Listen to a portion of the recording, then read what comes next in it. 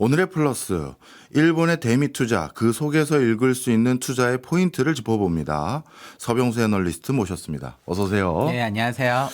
예, 일본은 약속대로 대미 투자를 강행하는 듯한 분위기가 있습니다. 뭐 결정이 된 걸로 알고 있는데 그 내용 좀 설명 좀 해주세요. 도대체 어떤 맥락에서 이게 진행되고 있는지. 예, 뭐 이미 보도를 통해서 어느 정도 알려져 있어서 간단하게만 정리하면요. 이번에 일본이 미국의 총 3건의 프로젝트에 360억 달러를 투자합니다. 이거는 일본이 투자하기로 한 5,500억 달러 총 규모의 약 6.5%에 해당하는데요.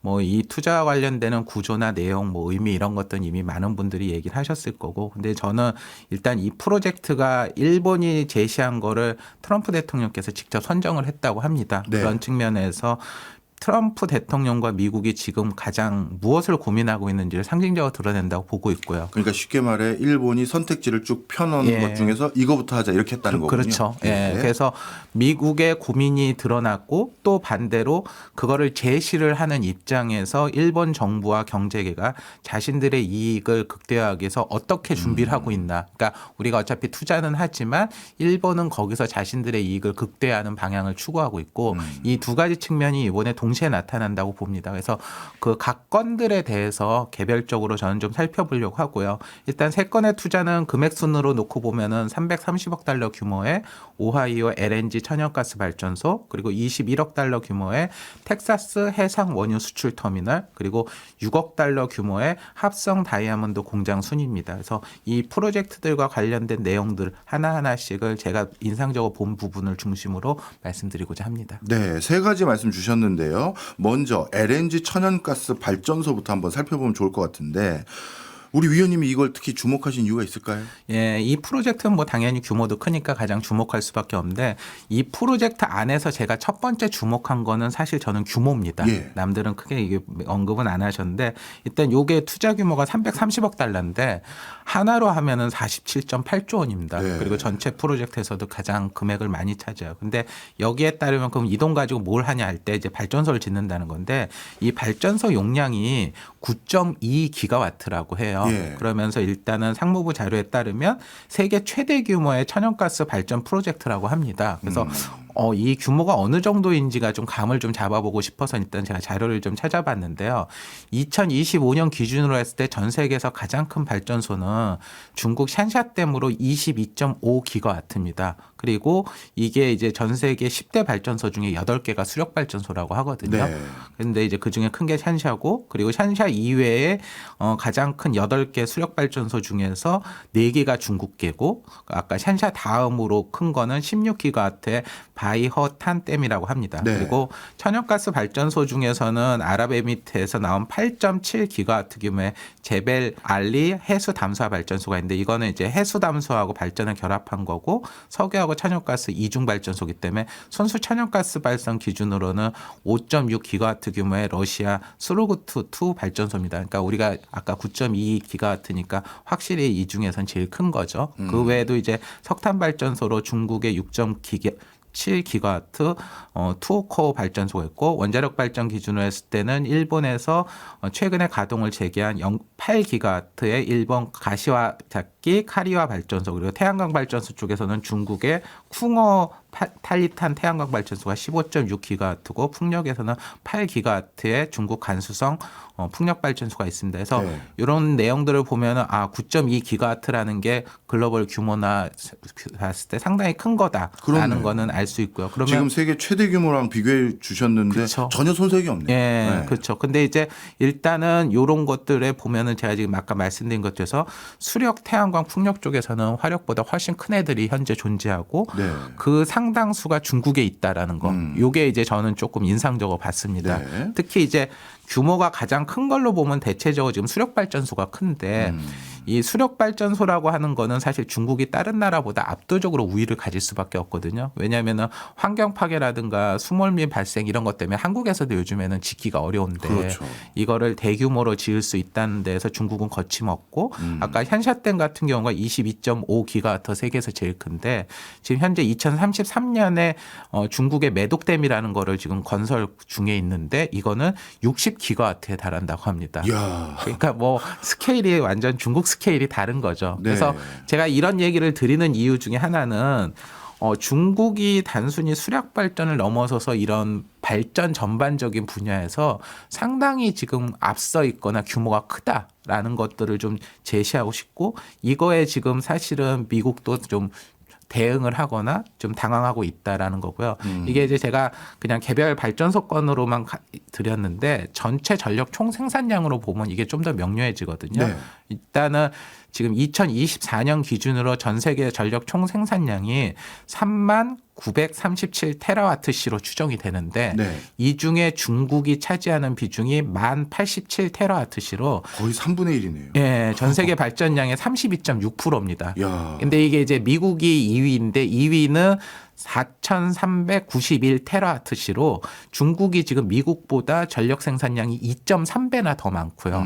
3위인 인도보다는 5배가 더 많습니다. 네. 참고로 아까 말씀드렸던 상위 20개 발전소 중에 9개가 중국에 있거든요. 그렇군요. 그러니까 이런 식으로 따지고 보면은 중국이 원체 큰 나라긴 하지만 예. 발전이나 이런 분야에서 굉장히 앞서 있고 네. 이런 것들에 대응하는 측면에서 이번 오하이오 발전소가 꽤 큰 화력 발전소임에도 왜 이런 걸 추진할 수밖에 없었나 이런 것들을 좀 알 수 있을 것 같습니다. 그냥 궁금해서 그러는데 우리나라의 발전량 순위는 몇 위고 얼마나 됩니까? 이제 저희는 이제 625 테라와트시로 전 세계 8위긴 한데요.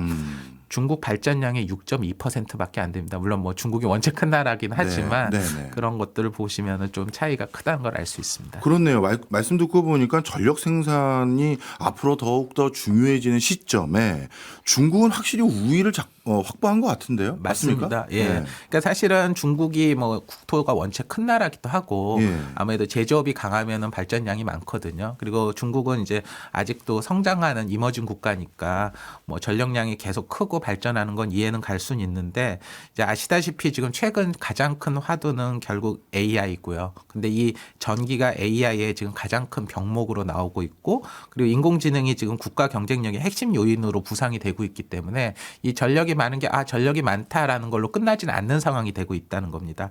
이거는 마치 전쟁에 필요한 첨단 미사일이나 전투기는 미국이 훨씬 앞서지만 거기에 필요한 히토류 생산은 전부 다 중국에 의존하고 있어서 걱정을 하는 것처럼 네. AI라고 하는 전쟁에서 전기에 지금 중국이 우위에 있다고 하는 게 시간이 지나면 지날수록 굉장히 상황을 복잡하게 만들 수 있다는 거죠.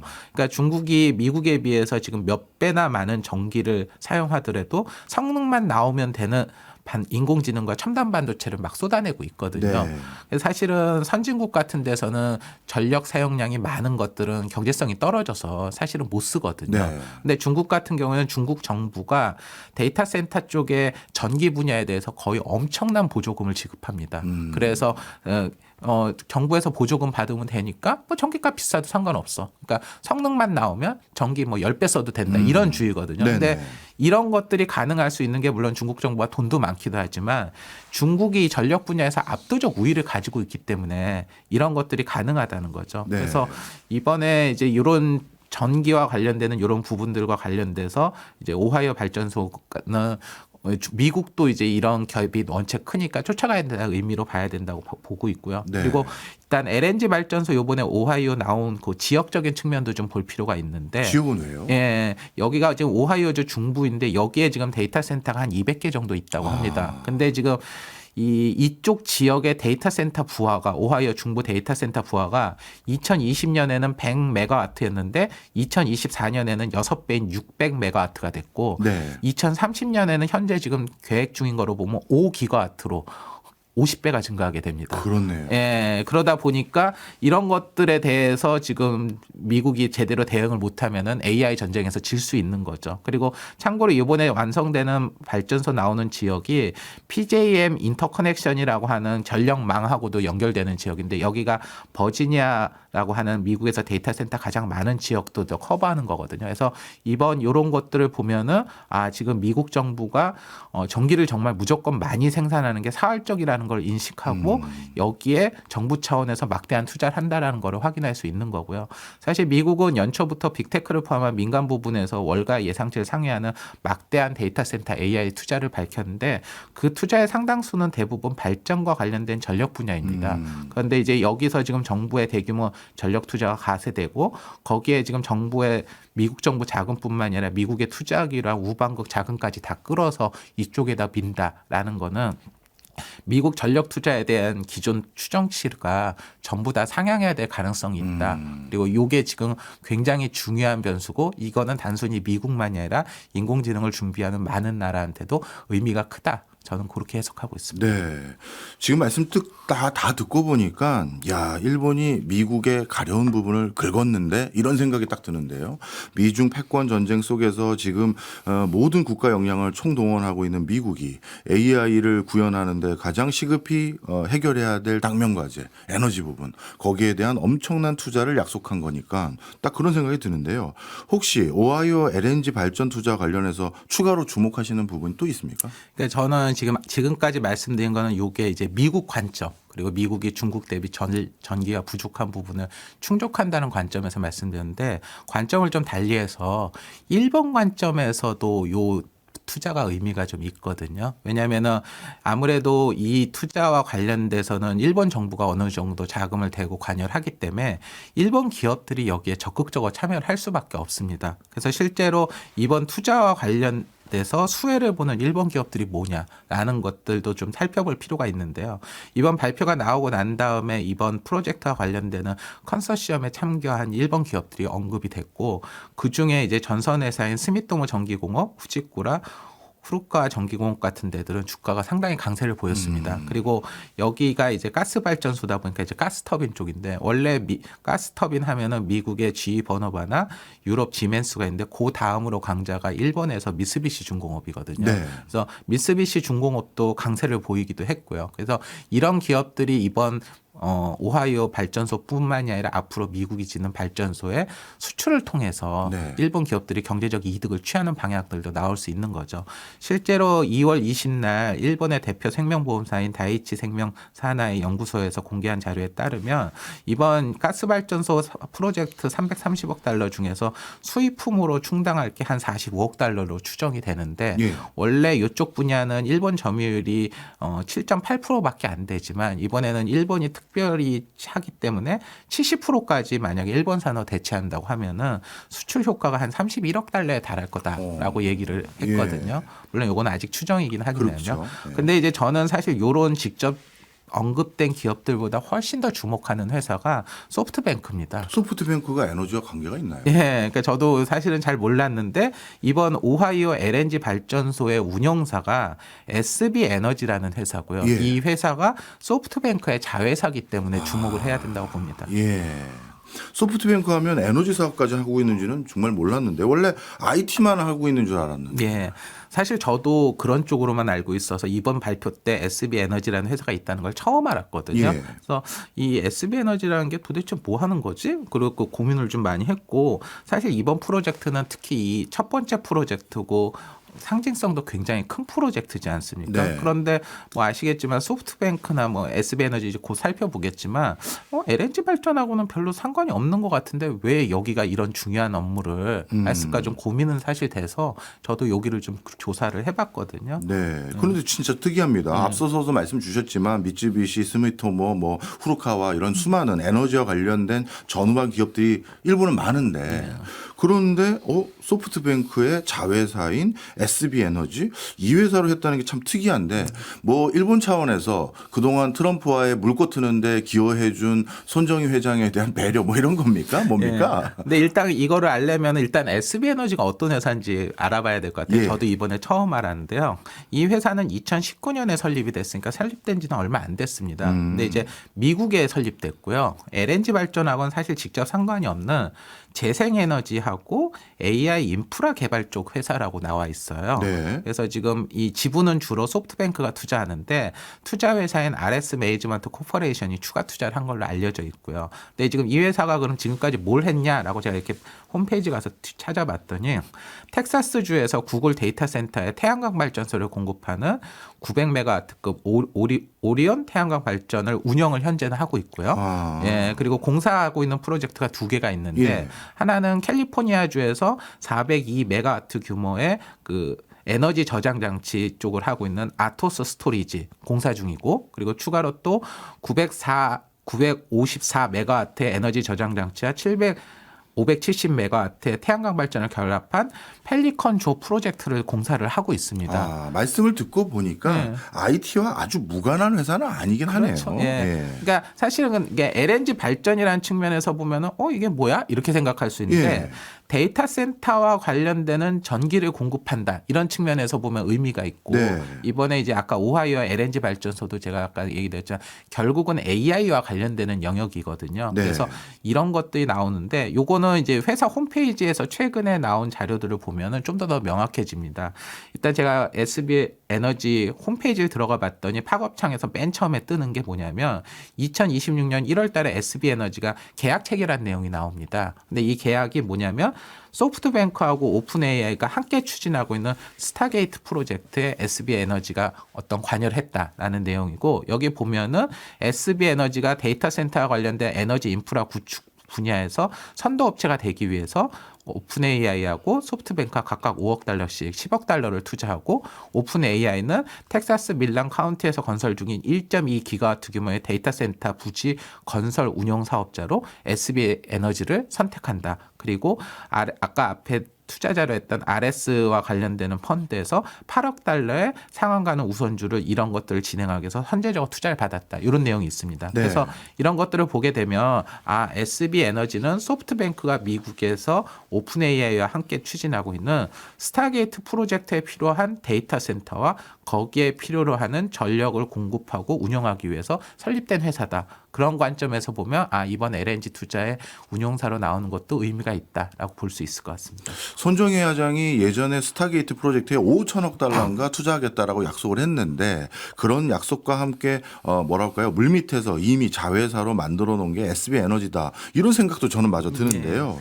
이번 프로젝트를 접근해 보다 보면 소프트뱅크라는 회사를 우리가 달리 볼 수 있는 기회가 될 것 같습니다. 맞습니다. 그러니까 사실은 저도 그런 관점을 좀 주목하고 있는데요. 네. 이번 오하이오 LNG 발전소는 데이터 센터와 직접 관련이 돼 있는 거는 분명해 보이고요. 예. 근데 이걸 좀 더 좁게 보면은 오픈 AI와 함께 추진하고 있는 스타게이트 프로젝트와 관련될 가능성이 저는 크다고 보고 있습니다. 그리고 이거는 소프트뱅크가 지금 스타게이트 프로젝트를 추진하는데 단순히 돈만 되는 출자자를 넘어서서 미국에서 데이터 센터 구출하는 데 필요한 실질적 분야에 직접 참여하는 적극적인 파트너고 지금 사실 오픈 AI는 사실 소프트웨어 개발하는 회사니까 이런 인프라 투자나 이런 것들을 잘 할지 못할 가능성이 높잖아요. 네. 그러니까 거기에 필요를 하다면은 발전소 건설이나 운영까지도 직접 관여를 하는 파트너다라고 보여지고요. 여기서 저는 사실 이제 한 단계 상상력을 더 발휘를 하면은 네. 이번 스타게이트 프로젝트 발표를 했을 때 트럼프 대통령 직접 참석하셨죠. 예. 그리고 거기에 오라클의 레리 앨리슨이 참가하셨는데 이분이 트럼프 대통령하고도 친분도 높고 그렇죠. 정계나 실리콘밸리에도 네트워크가 굉장히 강한 분으로 알려져 있습니다. 예. 이런 분들이 직접 나와서 같이 발표를 했고 그리고 이번 프로젝트 같은 경우에는 사실은 미국 정부와 일본 정부 입장에서 양국 정부 입장에서 굉장히 상징적인 프로젝트거든요. 그러면은 여기에 LNG 전문 회사를 운용사로 할 수도 있는데 전혀 무관한 회사인 이런 것들을 했다는 면에서 스타게이트 프로젝트부터 이번 발표까지 이어지는 흐름이 소프트뱅크를 중심으로 미국과 일본 정부 차원에서 보이지 않는 연대가 있는 게 아닌가. 저는 그런 좀 의심이 좀 들기도 네. 합니다. 그리고 제가 이런 의심을 하는 거는 단순히 이번 건을 넘어서서 소프트뱅크가 지난 몇 년간 추진해왔던 여러 인공지능 프로젝트들이 단순히 민간 차원의 기업이라기보다는 일본 정부 입장에서 굉장히 중요하고 일본 정부가 직접 개입됐다는 여러 증거들이 보이기 때문이거든요. 예. 몇 가지 말씀드리면 일단은 오픈 AI하고 소프트뱅크가 지금 협업을 하고 있는데 이번 협업을 해서 합작 법인을 만든다면 일본 기업들의 이런 현지의 오픈 AI 이 기술을 도입해서 일본 기업의 인공지능화 그리고 또 오픈 AI 입장은 피지컬 AI 확대 양쪽을 동시에 도모를 하고 있고요. 네. 그리고 소프트뱅크는 일본 파운더리 부활의 중심인 라피던스에도 단순 주주를 넘어서서 굉장히 깊게 관여한 걸로 알려져 있습니다. 네. 그리고 여기에 또 한국에서 많이 안 알려져 있지만 2024년에 소프트뱅크 자회사인 싸이메모리라는 회사가 설립이 됐는데 이 회사는 지금 HBM하고는 유사하지만 좀 다른 형태의 AI 반도체에 쓰이는 그 특화된 메모리를 개발하고 있는데 이 기술 기술이 미국 정부하고 미국 정부와 인텔이 개발한 기술이거든요. 그리고 이 소프트뱅크는 아시겠지만 암이라고 하는 회사의 최대 주주이고 암이 지금 엔비디아를 능가하는 새로운 AI 반도체를 개발을 하고 있습니다. 네. 그래서 이런 것들을 다 묶어서 보면 일본과 소프트뱅크가 개발하고 있는 반도체가 소프트뱅크가 추진하는 스타게이트 프로젝트에 사용되고 이런 것들이 AI와 반도체에서 지금 연합되는 게 아닌가. 그리고 저희가 좀 더 한 단계 보면 라인과 야후 재팬을 통제하고 있는 게 소프트뱅크인데 여기가 이제 일본어 데이터를 굉장히 많이 가지고 있고 몇 년 전에 일본 정부가 라인에 대해서 네이버 영향력 축소를 추진하지 않았습니까? 그래서 이런 것들을 보면은 소프트뱅크는 어떻게 보면은 일본이 추진하고 있는 AI와 반도체 중심인 회사고 여기에 지금 미국 정부와 일본 정부가 같이 연대되는 모습들이 나오지 않나 이런 것들 측면에서 이번 프로젝트를 좀 다시 봐야 되지 않나 싶습니다. 야, 말씀을 듣고 보니까 소프트뱅크 어마어마합니다. 제가 이렇게 1부 마지막에 클로징을 할 줄 몰랐는데 소프트뱅크의 설립자 손정희 원래 한국계 사람이었는데 라는 생각마저 들 정도로 큰 그림을 그리고 있네요. 그런데 한 가지 변수가 생겼잖아요. 얼마 전에 미국 대법원의 관세 위법 판결이 나왔지 않습니까? 일본도 미국과 이렇게 타이트한 연대를 그렸던 직접적인 계기 중에 하나는 관세에 엄청 때리겠다고 하니까 그럼 저희가 투자하겠습니다 하고 관세 낮춘 것도 있는 거 아닙니까? 방금 열거해 주셨던 여러 계획들 이번에 위법 판결로 뭔가 달라지는 점 없을까요? 저는 이 부분을 좀 고민을 했고요. 어제 아마 미국장에서도 좀 반응들이 나오긴 했는데 저는 결과적으로 큰 영향이 없다라고 생각을 하고 있습니다. 그 이유는 이번 판결이 나오기 직후에 일본 정부가 고위 관계자를 통해서 언론에 흘렸던 내용이 21일 판결에 따라서 일본의 대미 투자는 바뀌지 않고 차후 프로젝트 협의도 계속 진행된다라고 빠른 속도로 의견을 밝혔거든요. 네. 그리고 이게 단순히 저는 수사적인 표현이 아니라 실질적인 가능성이 높다고 보는데요. 왜냐하면은 트럼프 정부 임기 많이 남아 있고 어제 이제 미국장에서도 흔들렸던 이유 중에 하나가 그냥 이게 끝난 게 아니구나. 새로운 뭘 갖다 계속 끌고 와서라도 트럼프 정부는 계속 한다라는 것들이 보이고 대미 투자 번복을 하면은 강한 보복을 받을 수 있다. 이런 것들을 명료하게 하면서 시장에서 오히려 관세 이게 더 길어지는 게 아니냐 우려를 했는데 저는 그럴 가능성이 충분하다고 보고 있고요. 그리고 이번 투자가 만약에 이제 트럼프 정부 이후에 정권이 바뀔 수도 있지 않습니까? 그렇죠. 근데 기왕 받은 투자를 물릴 필요는 없지 않습니까? 그럼요. 예, 다들 우리 세금 같은 거 인상할 때 야당일 때 반대하지만 집권한다고 해서 그 세금을 다시 되돌리지는 않잖아요. 그렇죠. 있던 거는 그냥 가는 거잖아요. 이득이 되는 건 계속하죠. 예, 그렇기 때문에 이게 그렇게 부정할 정도가 되는 거는 아니다라고 보고 있고 그리고 이 투자와 관련돼서 지금 미국이 일방적으로 유리한 게 아니라 일본 기업 입장에서나 일본 정부 입장에서 유리한 측면이 있다. 네. 왜냐하면은 일본은 이런 것들 통해서 디지털 시대에 뒤처졌는데 AI나 인공지능화에 대해서 좀 더 접근성을 높일 수도 있는 거고요. 그리고 대미 진출 같은 경우에서도 좀 더 유리한 측면이 있죠. 그래서 실제로 니케이 신문에 따르면은 일본 정부의 고위 관료가 대미 투자가 관세를 낮춰준 대가라기보다는 일본에 있어서 이익이 되는 것이라고 공식적으로 말을 했고요. 그리고 그런 거는 즉 이번 투자가 미국과 일본의 상호 이익이 서로 연계가 되기 때문에 진행되는 거다라고 보기 때문에 저는 그런 관점에서 이 프로젝트들이 좀 더 진행이 계속될 거고 이거를 미국뿐만 아니라 일본 관점에서도 볼 필요가 있다 이렇게 보고 있습니다. 그렇군요.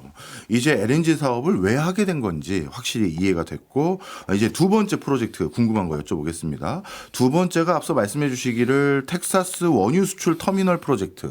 이건 뭔가요? 예, 이게 조금 어려운 건데 그러니까 지금 텍사스가 석유가 셰일로 원유가 많이 나온다는 건 아실 거잖아요. 그러다 보니까 이제 미국이 수출을 많이 하고 싶은 겁니다. 근데 이제 수출하려고 딱 봤더니 수출하려면은 항구가 이제 수심이 좀 깊어야 큰 배가 들어오기 쉽잖아요. 근데 이제 텍사스 지역에는 그런 항구가 하나밖에 없다 봅니다. 그래서 이제 항구를 지으려고 하는데 수심이 약해서 새로운 항구가 그러니까 작은 배를 이렇게 가져와서 밖에 큰 배 있는 수심 있는 데까지 가서 옮기고 이런 작업을 했었대요. 그러다 보니까 그건 그렇게 하지 말고 수심 깊은 지역에 이제 부표 같은 거를 띄워서 여기서 이제 원유를 충전하고 그럼 여기까지 원유는 어떻게 하냐?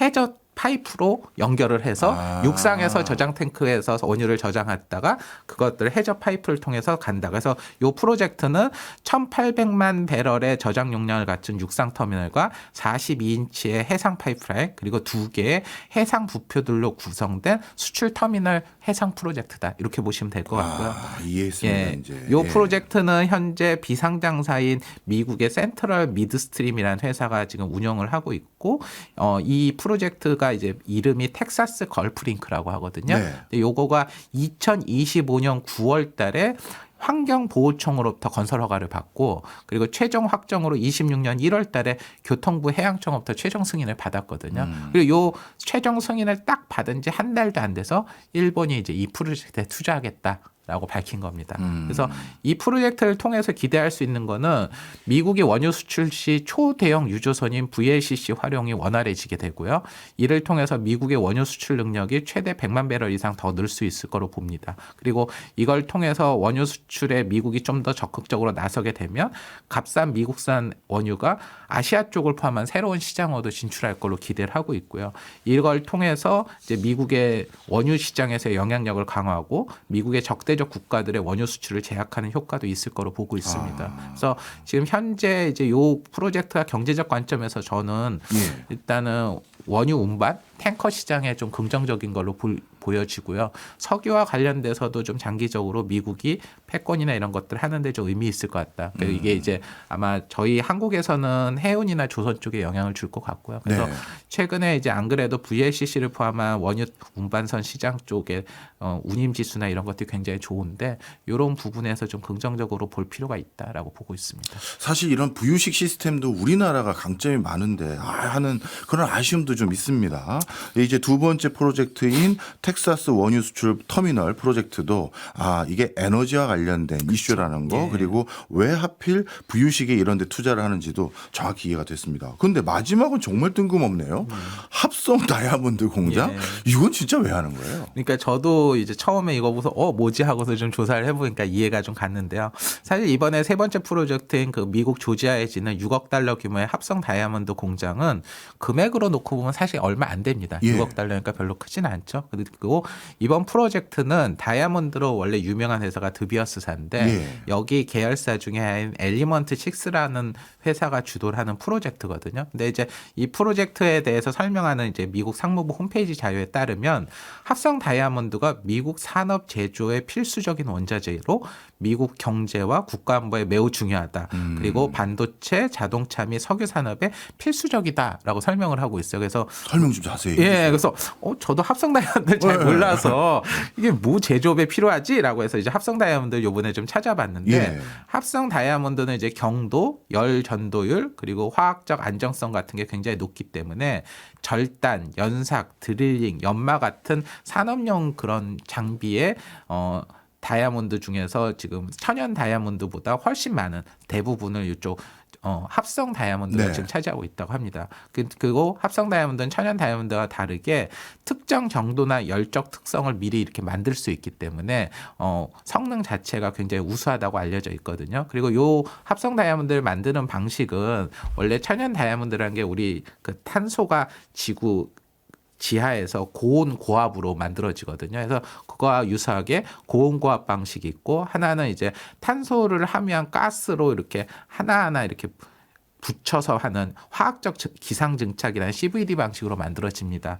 그런데 이제 요런 그 고온고압 방식으로 만들면은 경도가 굉장히 강해서 아까 만든 절단, 연삭, 드릴링 요런 데 많이 쓰이고 그래서 우리가 석유나 천연가스 같은 걸로 탐사용 드릴을 할 때 그 끝부분이 반도체로 다이아몬드로 만들어진다고 해요. 그래서 강도를 가는데 많이 쓰이고 아까 화학적 증착 방식이라고 하는 거는 열 전도율이 좋기 때문에 레이저라든가 정밀 가공에 많이 쓰인다고 합니다. 근데 이제 문제는 이런 합성 다이아몬드에서 중국의 영향력이 굉장히 크고 최근에 중국이 이런 합성 다이아몬드를 가지고 미국 산업 발전을 제약하는 행위를 지금 하게 되면서 미국 정부가 여기에 주목을 하기 시작한 것 같습니다. 아, 이제 이것도 다 설명 듣고 나니까 이해가 되네요. 중국은 합성 다이아몬드를 제2의 히토류처럼 또 미국을 압박하는 용도로 활용할 가능성이 있다. 이런 우려를 미국이 한 거가 중요했겠군요. 그러면 합성 다이아몬드 시장도 지금 현재는 중국이 다 장악했다. 그래서 앞으로 미국이 위협을 받을 것 같다. 이렇게 그냥 단순히 정리해도 되나요? 그러니까 완전하게 히토류 정도까지는 아니지만 지금 메이저 시장에서 중국이 우위를 차지하고 있는 건 분명합니다. 분명하다. 이 부분을 좀 간단히 정리드리면요. 합성 다이아몬드 시장에서 중국이 굉장히 시장을 선도하고 있고 특히 이제 아까 말씀드렸던 방식 중에 고온고압 방식의 아무래도 이 시장의 메이저인데 요게 지금 합성 다이아몬드 대부분을 생산하는데 여기에 대부분이 중국이 생산을 하고 있습니다. 얼마나 비중이 될까요? 거의 정확한 수치는 왔다 갔다 하는데 거의 80, 90% 이상이 거의 어우, 중국산. 절대적이네. 예. 그래서 요거를 좀 알 수 있는 자료 중에 하나가 미국 지질조사국에서 미국에서 산업용 다이아몬드를 어디서 조달받나라는 것들을 예. 체크를 해봤는데 그중에 77%가 중국산이라고 합니다. 그러니까 대략 7, 80% 전후 혹은 그 이상까지 보는 예. 것 같기도 하고요.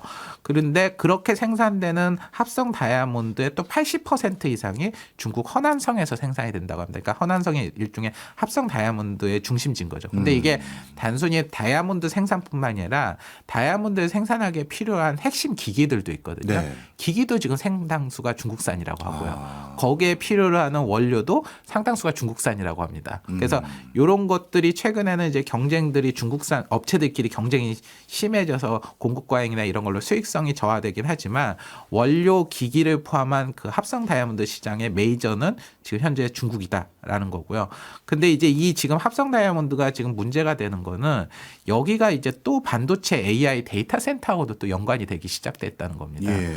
지금 이제 합성 다이아몬드가 어디에 쓰이냐 했을 때 반도체 공정에서 미세 반도체와 관련돼서 이제 관심 있는 분들은 아시겠지만 그 실리콘 웨이퍼를 정밀하게 연마하거나 예. 절단을 하거나 구멍 내는 이런 작업들이 필요한데 이게 합성 다이아몬드로 만들어지거든요.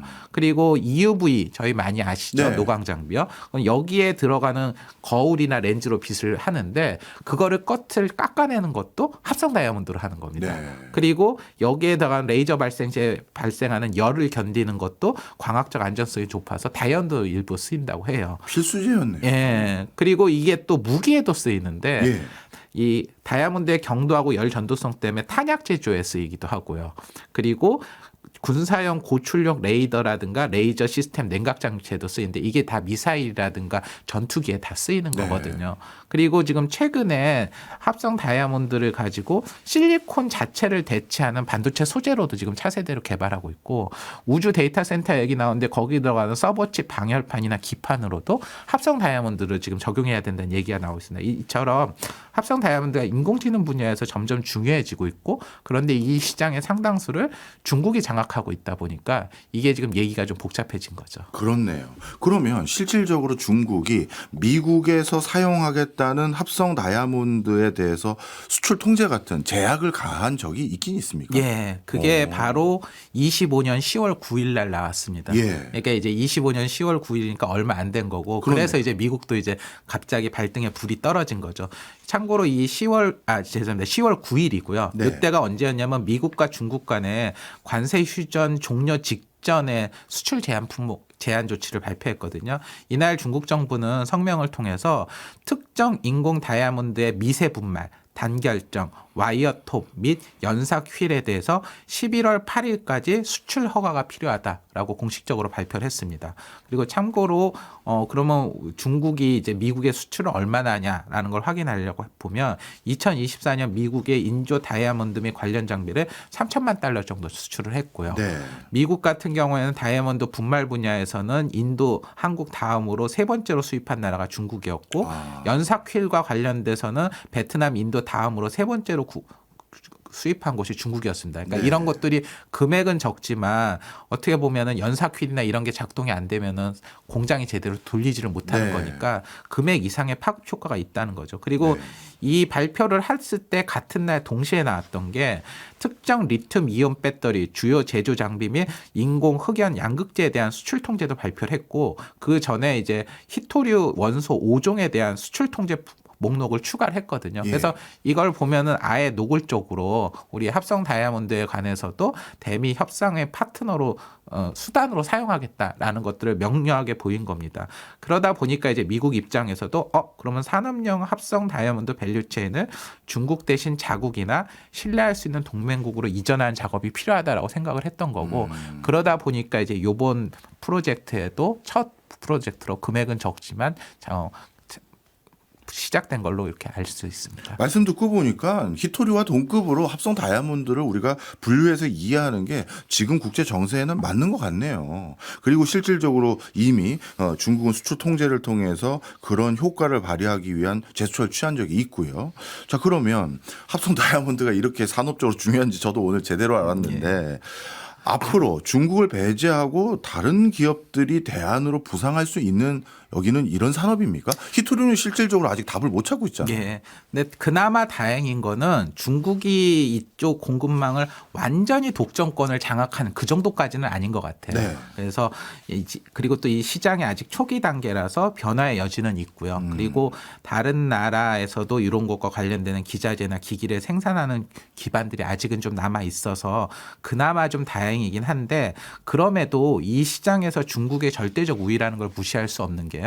저희가 이제 합성 다이아몬드를 어떻게 만드는지 좀 생각이 좀 없잖아요. 예. 근데 이제 아까 고온 고압으로 만들려고 하면 뭔가 고온 고압을 만들어야 되잖아요. 네. 근데 그런 거니까 이제 프레스라고 한답니다. 예. 근데 이제 이게 뭐 소규모로 만드는 거는 한두 대 있어도 되는데 결국은 이제 산업적으로 의미 있는 규모를 갖추려면 양산성이 필요해야 그렇죠. 되잖아요.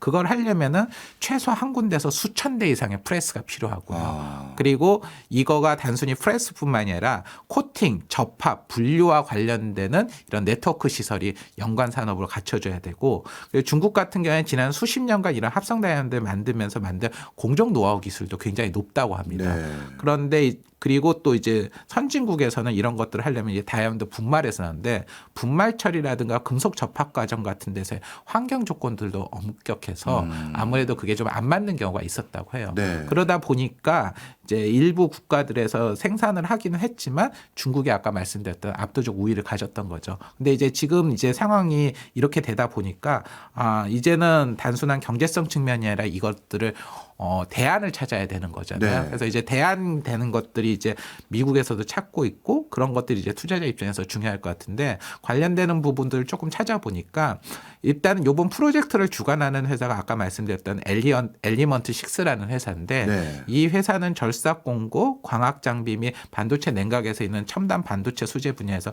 굉장히 유명한 비중국 업체 중에 하나여서 예. 여기도 좋은 대안이 될 수 있을 것 같고 이게 동아시아 쪽에서 놓고 봤을 때 중국 이외에 일본과 한국에도 일부 업체들이 이쪽 합성 다이아몬드 생산하는 업체가 있습니다. 우리나라도요? 예, 우리나라도 있습니다. 우리나라도 이제 아마 관심 있는 분 아시죠? 일진 다이아몬드라는 회사가 네. 이쪽에서 좀 어느 정도 있고요.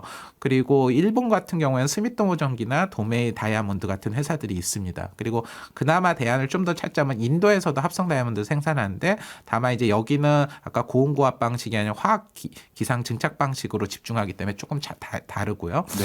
천연 다이아몬드 중에서 일부는 이제 요것들을 산업용어 쓰는 게 있고 러시아가 이 부분에선 강점인데 아시겠지만 러시아는 이제 러시아 우크라이나 전쟁 이후 서방 제재 받기 때문에 좀 한계는 있는 거죠. 그리고 네. 미국 기업으로만 놓고 보면은 뭐 하이페리온 머티리얼 앤 테크놀로지나 어플라이드 다이아몬드 같은 비상장사들이 일부 있긴 한데 네.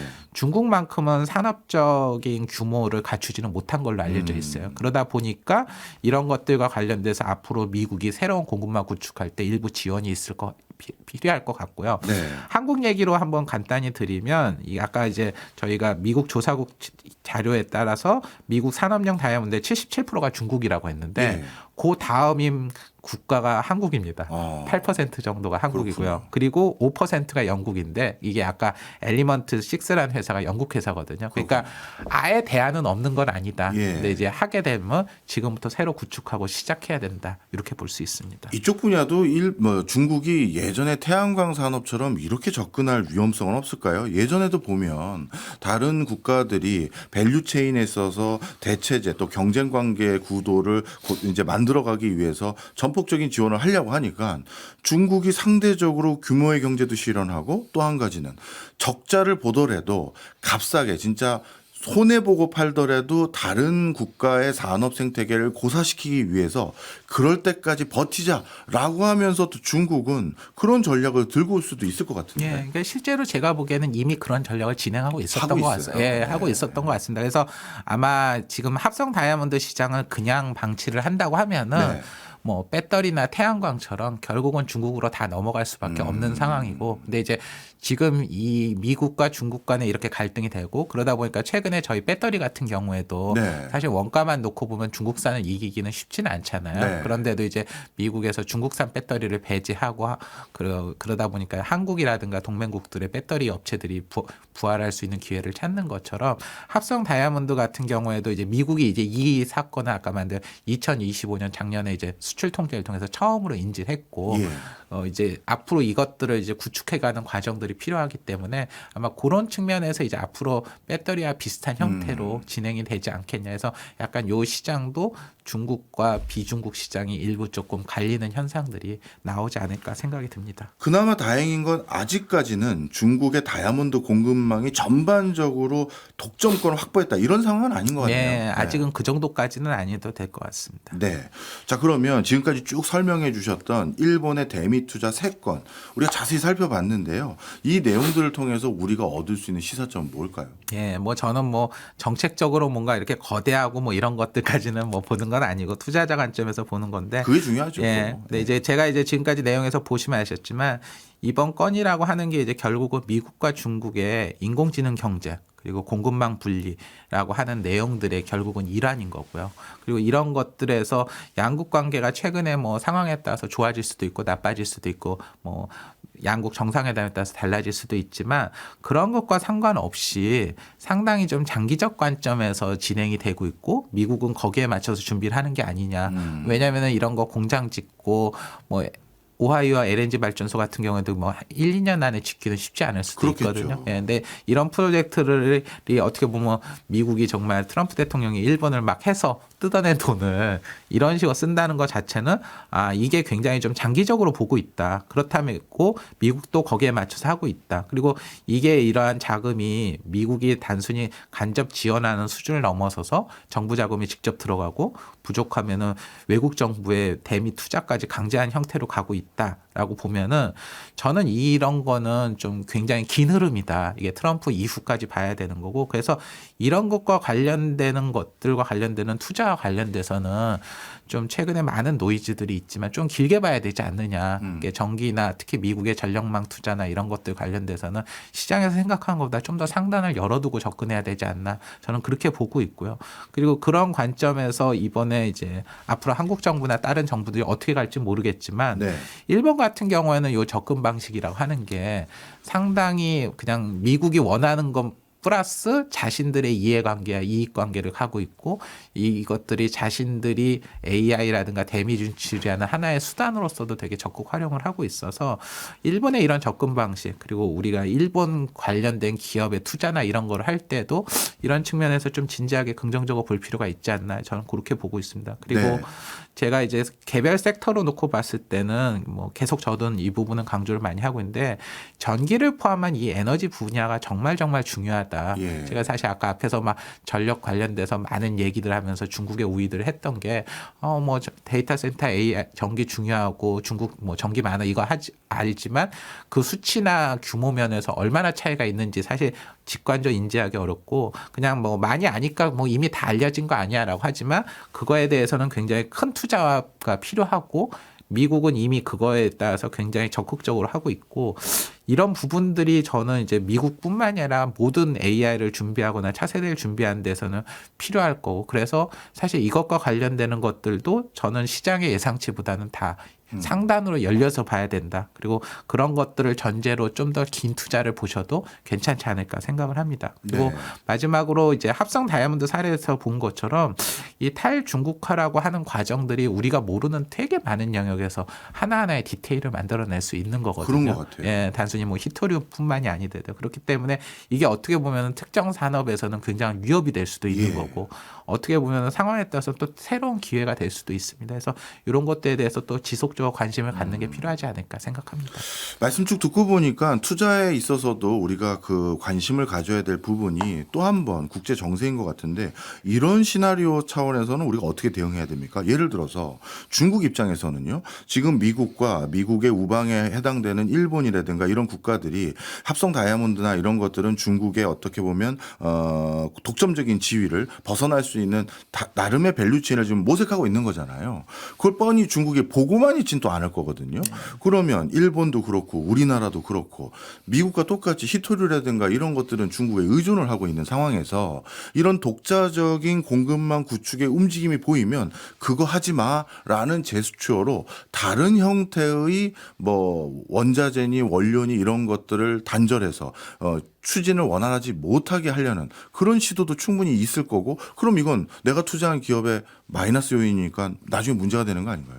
그러니까 저는 어쨌건 국가건 정부건 간에 끊임없이 대안을 만들어내는 작업은 해야 되고 해야 된다. 그 작업들을 함에 있어서 뭐 일부 위협을 받는다 하더라도 이게 그냥 양보할 수 있는 수준이냐 아니냐라는 건 다른 거다. 그리고 그러한 과정에서 우리가 꼭 항상 피해보는 관점만이 아니라 새로운 기회가 나올 수도 있다. 우리 뭐 예를 들어서 방산 같은 경우도 생각지도 않게 우리끼리 하려고 했던 게 새로운 기회가 나왔던 그렇네요. 거고요. 예. 뭐 배터리 같은 경우에도 어떻게 보면은 뭐 아직은 최근에 힘들긴 하지만 그래도 중국과 이런 관계에서 나왔고 조선도 지금 사실은 그런 케이스지 않습니까? 네. 그러니까 저희가 오히려 이런 부분들을 능동적으로 대응하고 상황에 따라서는 미국이라든가 주요 우방국들이 하는 거에서 오히려 제한도 하고 이런 것들을 키워갈 수 있는 방안을 오히려 모색하는 게 좀 더 낫지 않을까 생각하고 있습니다. 그럼 투자자 관점에서는 어떻게 해야 됩니까? 이런 지정학적인 리스크로 인해서 내가 투자한 회사나 섹터에서 문제가 발생할 수 있는 것은 이제 어쩔 수 없이 극복해야 될 요소로 생각하고 정해진 미래라고 생각되는 부분은